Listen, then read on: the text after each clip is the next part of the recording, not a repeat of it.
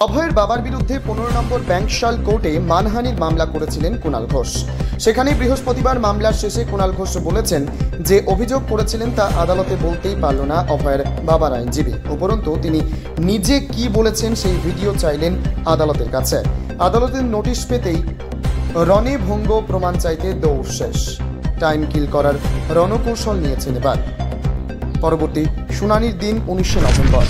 কোর্টে অভয়ার বাবার সংলাপের বিরুদ্ধে যে মানহানির মামলা, তাতে আজ প্রমাণ হয়ে গেছে ওনারা ব্যাক আউট করছেন, ওনাদের কাছে কোনো প্রমাণ নেই। উনি যে স্টেটমেন্ট করেছিলেন, নিজের স্টেটমেন্টটাই উনি এখানে বলতে পারলেন না, বা ওনার লয়ার বলতে পারলেন না যে হ্যাঁ আমার ক্লায়েন্ট এই অভিযোগ করেছে, এই হচ্ছে ডকুমেন্ট। তার বদলে টাইম কিল করা স্ট্র্যাটেজি নিয়ে এখানে বলতে হচ্ছে আচ্ছা যেটা অভিযোগ আমাকে একটু ভিডিও ক্লিপিংসের ইয়েটা দেবেন, যেখানে আমার লয়ার অয়ন চক্রবর্তী পিটিশনে গোটাটা ডিটেল লিখে দিয়েছেন। সব থেকে বড় কথা, উনি তো জানেন, উনি সাংবাদিকদের সামনে বড় বড় কথা বলছেন যে সিবিআই ঘুষ খেয়েছে, রাজ্য সরকার টাকা পাঠিয়েছে, কুণাল ঘোষ সেটেল করেছে, আর সেটা কোর্টে দাঁড়িয়ে বলতে পারছে না। তখন মনে হচ্ছে আমি কি বলেছি, আমার ভিডিওটা একটু দেবেন। এর মানে কি? এর মানে ওনারা ব্যাক আউট করছেন, কোনো প্রমাণ নেই। আজকের শুনানিতে ওনাদের এই রক্ষণাত্মক এবং সময় নষ্ট করার কৌশলে প্রমাণিত, যা বলেছেন ডাহা মিথ্যা কথা বলেছেন। আজ না হলে কাল সেটা ধরা পড়বে। যে সিবিআই ঘুষ খেয়ে তদন্ত চেপে দিচ্ছে, রাজ্য সরকার টাকা পাঠাচ্ছে, আর কুণাল ঘোষ সিজিওতে গিয়ে সেটেল করেছে, তার বিরুদ্ধে মানহানির মামলা করেছিলাম।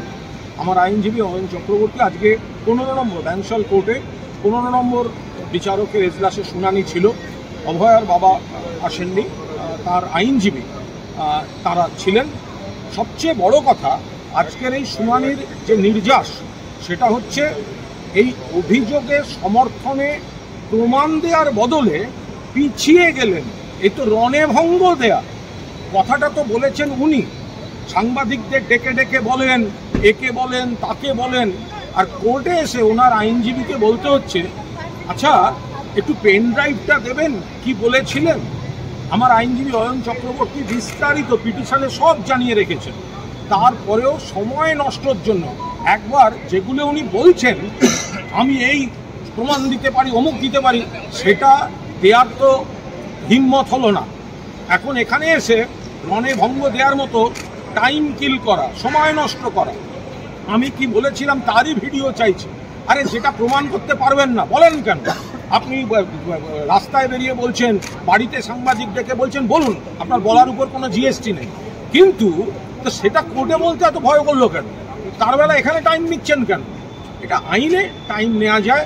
আমার আইনজীবী এই সম্মতিতে পরের ডেট হয়েছে, কিন্তু কতদিন এই করে পালাবেন? আপনাকে এই প্রমাণ ছাড়া লুজ স্টক করা, এটার আমি আইনে শেষ দেখে ছাড়বো। এবং আজকে প্রমাণ হয়ে গেল আপনার হাতে কোনো প্রমাণ নেই, আপনি মিথ্যা অভিযোগ এনেছেন। লোকের কথাই হোক, যার কথাই হোক, আপনি ডাহা মিথ্যা কথা বলেছেন। যদি আপনার হাতে